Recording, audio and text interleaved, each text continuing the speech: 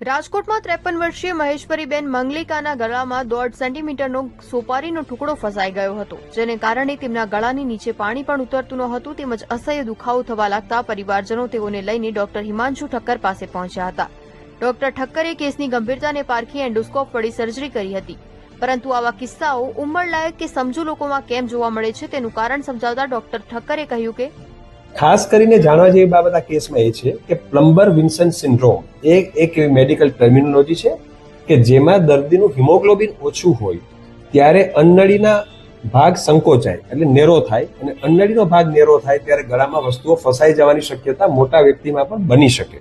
તો આ સફળ ઓપરેશન પછી પરિવારજનોએ ડોક્ટરનો આભાર માન્યો. રાજકોટથી દિવ્ય ભાસ્કર માટે કુલિન પારેખનો રિપોર્ટ. મારું નામ ડોક્ટર હિમાંશુ ઠક્કર છે. રાજકોટ સ્થિત અમારી કાનનાક ગળાની અને ડેન્ટલની સર્જિકલ હોસ્પિટલ આવેલી છે. તાજેતરમાં એક 53 વર્ષીય મહિલા જેમનું નામ હતું મહેશ્વરીબેન માંગલિકા, રાજકોટના રહેવાસી, ગઈકાલે રાત્રે ખાતા ખાતા સોપારીનો કટકો એમને ગળામાં ફસાઈ ગયો હતો. હવે કન્ડિશન એવી થઈ કે સોપારીનો કટકો ગળામાં ફસાઈ જતા એમને પાણી પીવાનું પણ સાવ બંધ થઈ ગયું, થૂક પણ ગળે નતા ઉતારી શકતા, અસહ્ય ગળામાં દુખાવો અને ઉલટી ઉપકાની કમ્પ્લેન સાથે અમારા પાસે જ્યારે આવ્યા અને દૂરબીન વડે તપાસ કરતા એવું માલુમ પડ્યું કે એમને અન્નળીના ઉપરના ભાગમાં સોપારીનો કટકો 1.5 સેન્ટીમીટર મોટો જે ફસાયેલો હતો. હું આપને સમજાવું અન્નળીની રચના કે જેની અંદર આ એક ક્રિકોફેરિંગ્સ જે કહેવાય અન્નળીનો સૌથી ઉપરનો ભાગ.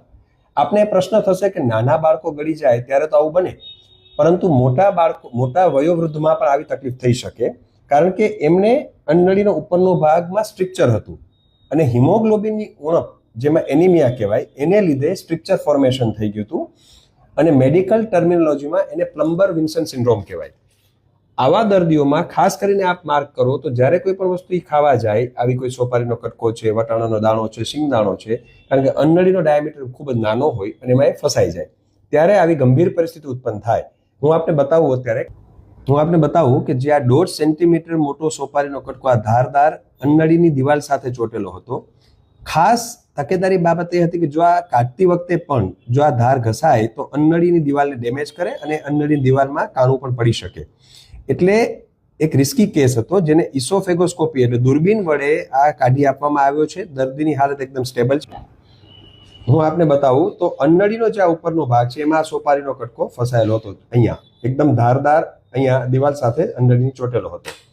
એટલે આ કેસની જાણવા જેવી બાબત અને તકેદારી રાખવા જેવી બાબત એ છે કે જ્યારે હિમોગ્લોબિન ઓછું હોય દર્દીમાં અને આવા કોઈ ચિહ્નો જણાય તો એવા દર્દીઓએ ખાસ કરીને આવી કોઈ શાર્પ વસ્તુઓ ન ખાવી જોઈએ અને ક્યારેક ગંભીર પરિસ્થિતિ નોતરી શકે છે. એટલે તકેદારીરૂપ કિસ્સો છે અને ખાસ કરીને અન્નળીની અંદર જ્યારે સંકોચન હોય એવા દર્દીઓમાં આવું વધારે પડતું બનતું હોય છે. Thank you. આ મારા મમ્મી છે, તેમનું નામ મહેશ્વરીબેન માંગલિકા છે. તેમને રાત્રે સૂતા સોપારીનો કટકો અટકાઈ ગયો હતો. તે માટે અમે છે ને સવારે હિમાંશુ ઠક્કર સરના હોસ્પિટલે આવ્યા હતા અને તેમને રિપોર્ટ કરાવ્યા બધા પહેલાં, અને પછી દૂરબીનથી જોયું તો ત્યાં સોપારીનો કટકો ગળામાં અટવાયેલો હતો. તો પછી તેમને ઓપરેશન કરાવીને સારવાર આપી અને તે બદલ અમે છે ને હિમાંશુ ઠક્કર સરના છે ને આભાર માનીએ છીએ. ખૂબ ખૂબ સરસ. અને આની પહેલાં છે ને 2014માં પણ તેમને આવી જ રીતે વટાણો સલવાઈ ગયો હતો, તો અમે આવી જ રીતે હોસ્પિટલ આવ્યા હતા હિમાંશુ ઠક્કર સરના. તો તે પણ સરસ રીતે ઓપરેશન કરીને દૂરબીનથી જોઈને કાઢી આપ્યું હતું. એટલે તે બદલ અમે હિમાંશુ ઠક્કર સરનો આભાર માની છીએ. તેમની સારવાર ખૂબ સરસ છે. તાજેતરમાં એક 53 વર્ષીય મહિલા જેમનું નામ હતું મહેશ્વરીબેન માંગલિકા, રાજકોટના રહેવાસી, ગઈકાલે રાત્રે ખાતા ખાતા સોપારીનો કટકો એમને ગળામાં ફસાઈ ગયો હતો. હવે કન્ડિશન એવી થઈ કે સોપારીનો કટકો ગળામાં ફસાઈ જતા એમને પાણી પીવાનું પણ સાવ બંધ થઈ ગયું, થૂક પણ ગળે નતા ઉતારી શકતા, અસહ્ય ગળામાં દુખાવો અને ઉલટી ઉપકાની કમ્પ્લેન સાથે અમારા પાસે જ્યારે આવ્યા અને દૂરબીન વડે તપાસ કરતા એવું માલુમ પડ્યું કે એમને અન્નળીના ઉપરના ભાગમાં સોપારીનો કટકો 1.5 સેન્ટીમીટર મોટો જે ફસાયેલો હતો. હું આપને સમજાવું અન્નળીની રચના કે જેની અંદર આ એક ક્રિકોફેરિંગ્સ જે કહેવાય અન્નળીનો સૌથી ઉપરનો ભાગ. આપને પ્રશ્ન થશે કે નાના બાળકો ગળી જાય ત્યારે તો આવું બને, પરંતુ મોટા વયોવૃદ્ધમાં પણ આવી તકલીફ થઈ શકે, કારણ કે એમને અન્નળીનો ઉપરનો ભાગમાં સ્ટ્રક્ચર હતું અને હિમોગ્લોબિનની ઉણપ જેમાં એનિમિયા કહેવાય એને લીધે સ્ટ્રક્ચર ફોર્મેશન થઈ ગયું હતું અને મેડિકલ ટર્મિનોલોજીમાં એને પ્લમ્બર વિન્સન સિન્ડ્રોમ કહેવાય. આવા દર્દીઓમાં ખાસ કરીને આપ માર્ક કરો તો જ્યારે કોઈ પણ વસ્તુ ખાવા જાય, આવી કોઈ સોપારીનો કટકો છે, વટાણાનો દાણો છે, સિંગદાણો છે, કારણ કે અન્નળીનો ડાયામીટર ખૂબ જ નાનો હોય અને એમાં એ ફસાઈ જાય, ત્યારે આવી ગંભીર પરિસ્થિતિ ઉત્પન્ન થાય. હું આપને બતાવું કે જે આ 1.5 સેન્ટીમીટર મોટો સોપારીનો કટકો આ ધારદાર અન્નળીની દિવાલ સાથે ચોટેલો હતો. ખાસ તકેદારી બાબત એ હતી કે જો આ કાઢતી વખતે પણ જો આ ધાર ઘસાય તો અન્નળીની દિવાલને ડેમેજ કરે અને અન્નળીની દિવાલમાં કાણું પણ પડી શકે. એટલે એક રિસ્કી કેસ હતો જેને ઇસોફેગોસ્કોપી એટલે દૂરબીન વડે આ કાઢી આપવામાં આવ્યો છે. દર્દીની હાલત એકદમ સ્ટેબલ છે. હું આપને બતાવું તો અન્નળીનો જે આ ઉપરનો ભાગ છે એમાં સોપારીનો કટકો ફસાયેલો હતો. અહીંયા એકદમ ધારદાર અહીંયા દિવાલ સાથે અન્નળીની ચોટેલો હતો. એટલે આ કેસની જાણવા જેવી બાબત અને તકેદારી રાખવા જેવી બાબત એ છે કે જ્યારે હિમોગ્લોબિન ઓછું હોય દર્દીમાં અને આવા કોઈ ચિહ્નો જણાય તો એવા દર્દીઓએ ખાસ કરીને આવી કોઈ શાર્પ વસ્તુઓ ન ખાવી જોઈએ અને ક્યારેક ગંભીર પરિસ્થિતિ નોતરી શકે છે. એટલે તકેદારીરૂપ કિસ્સો છે અને ખાસ કરીને અન્નળીની અંદર જ્યારે સંકોચન હોય એવા દર્દીઓમાં આવું વધારે પડતું બનતું હોય છે. Thank you.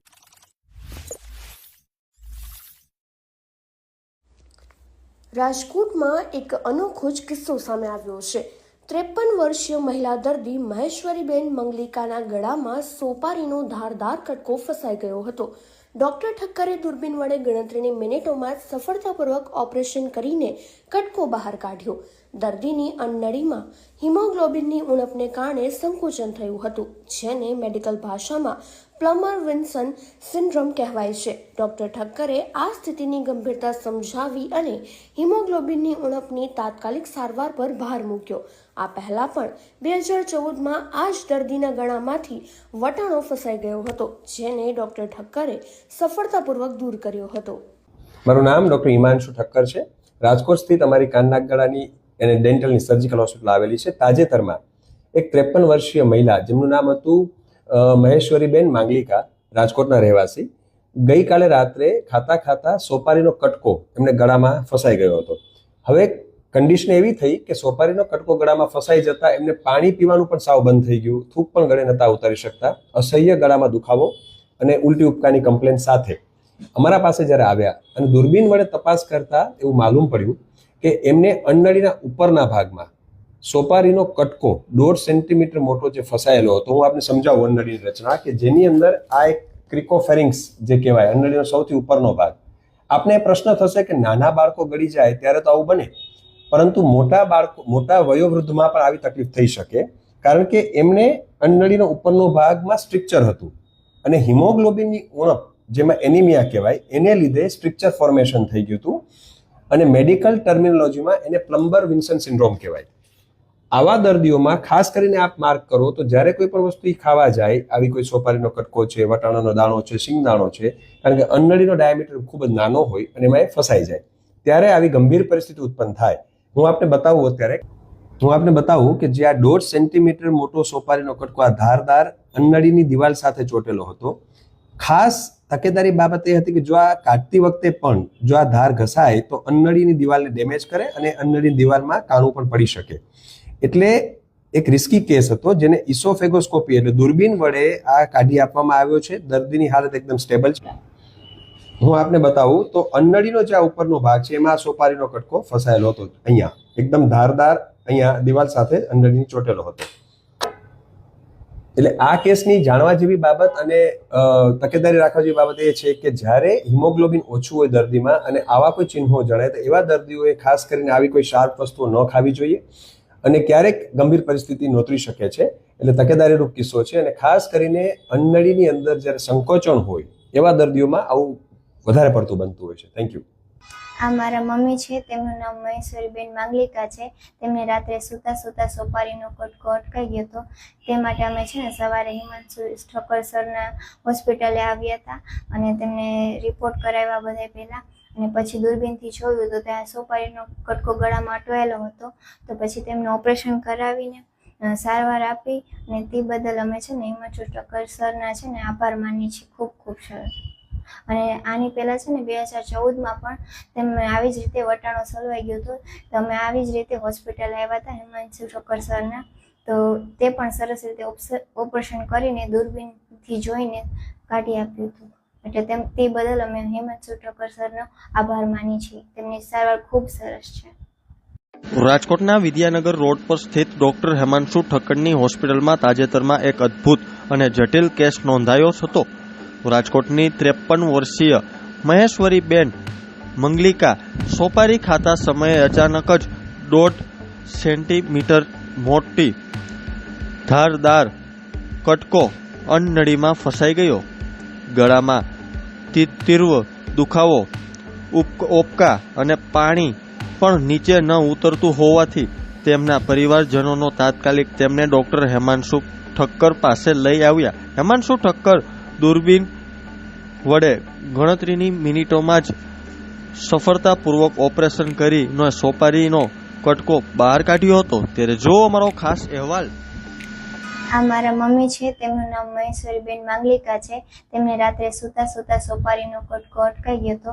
તે માટે અમે છે ને સવારે હિમાંશુ ઠક્કર સરના હોસ્પિટલે આવ્યા હતા અને તેમને રિપોર્ટ કરાવ્યા બધા પહેલાં, અને પછી દૂરબીનથી જોયું તો ત્યાં સોપારીનો કટકો ગળામાં અટવાયેલો હતો. તો પછી તેમને ઓપરેશન કરાવીને સારવાર આપી, અને તે બદલ અમે છે ને હિમાંશુ ઠક્કર સરના છે ને આભાર માનીએ છીએ. મારું નામ ડૉક્ટર હિમાંશુ ઠક્કર છે. રાજકોટ સ્થિત અમારી કાન નાક ગળાની અને ડેન્ટલની સર્જિકલ હોસ્પિટલ આવેલી છે. તાજેતરમાં એક 53 વર્ષીય મહિલા જેમનું નામ હતું મહેશ્વરીબેન માંગલિકા, રાજકોટના રહેવાસી, ગઈકાલે રાત્રે ખાતા ખાતા સોપારીનો કટકો એમને ગળામાં ફસાઈ ગયો હતો.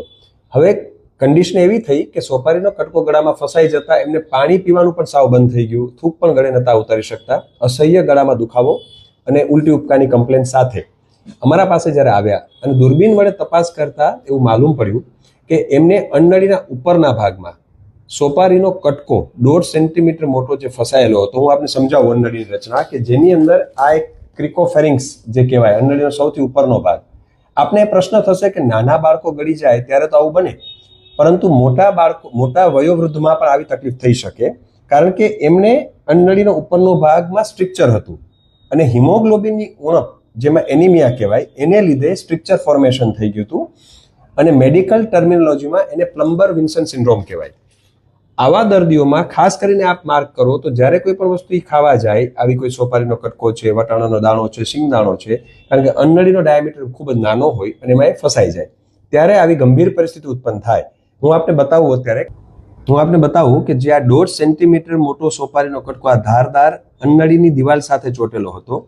ખાસ તકેદારી બાબત એ હતી કે જો આ કાઢતી વખતે પણ જો આ ધાર ઘસાય તો અન્નનળીની દિવાલને ડેમેજ કરે અને અન્નનળીની દિવાલમાં કાણું પણ પડી શકે. એટલે એક રિસ્કી કેસ હતો, જેને ઇસોફેગોસ્કોપી એટલે દૂરબીન વડે આ કાઢી આપવામાં આવ્યો છે. દર્દીની હાલત એકદમ સ્ટેબલ છે. હું આપને બતાવું તો અન્નનળીનો જે આ ઉપરનો ભાગ છે એમાં સોપારીનો કટકો ફસાયેલો હતો. અહીંયા એકદમ ધારદાર અહીંયા દિવાલ સાથે અન્નનળીની ચોટેલો હતો. એટલે આ કેસની જાણવા જેવી બાબત અને તકેદારી રાખવા જેવી બાબત એ છે કે જ્યારે હિમોગ્લોબિન ઓછું હોય દર્દીમાં અને આવા કોઈ ચિહ્નો જણાય તો એવા દર્દીઓએ ખાસ કરીને આવી કોઈ શાર્પ વસ્તુઓ ન ખાવી જોઈએ અને ક્યારેક ગંભીર પરિસ્થિતિ નોતરી શકે છે. એટલે તકેદારીરૂપ કિસ્સો છે અને ખાસ કરીને અન્નનળીની અંદર જ્યારે સંકોચન હોય એવા દર્દીઓમાં આવું વધારે પડતું બનતું હોય છે. Thank you.